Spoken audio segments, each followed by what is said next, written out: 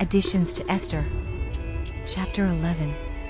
In the 4th year of the reign of Ptolemaeus, and Cleopatra, Dositheus, who said he was a priest and Levite, and Ptolemies his son brought this epistle of Furim, which they said was the same, and that Lysimachus the son of Ptolemaeus, that was in Jerusalem, had interpreted it.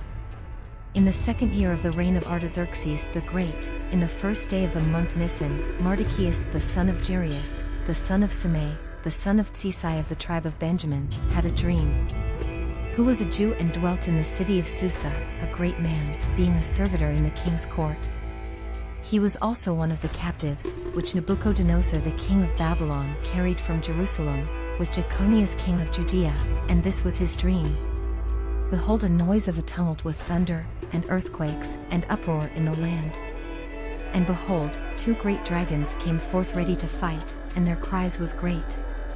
And at their cry all nations were prepared to battle, that they might fight against the righteous people. And lo, a day of darkness and obscurity, tribulation, and anguish, affliction, and great uproar upon the earth. And the whole righteous nation was troubled, fearing their own evils, and were ready to perish.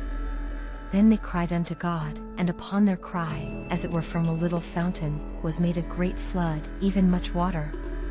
The light and the sun rose up, and the lowly were exalted, and devoured the glorious.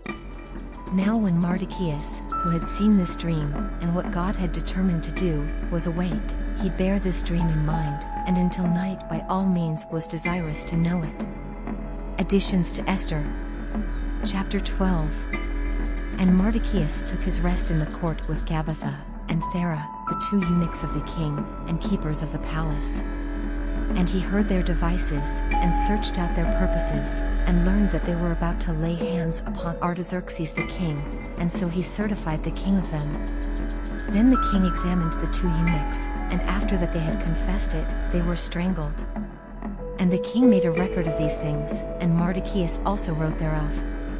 So the king commanded Mardocheus to serve in the court, and for this he rewarded him. Howbeit Ammon the son of Ammedattus the Agagite, who was in great honor with the king, sought to molest Mardocheus and his people, because of the 2 eunuchs of the king.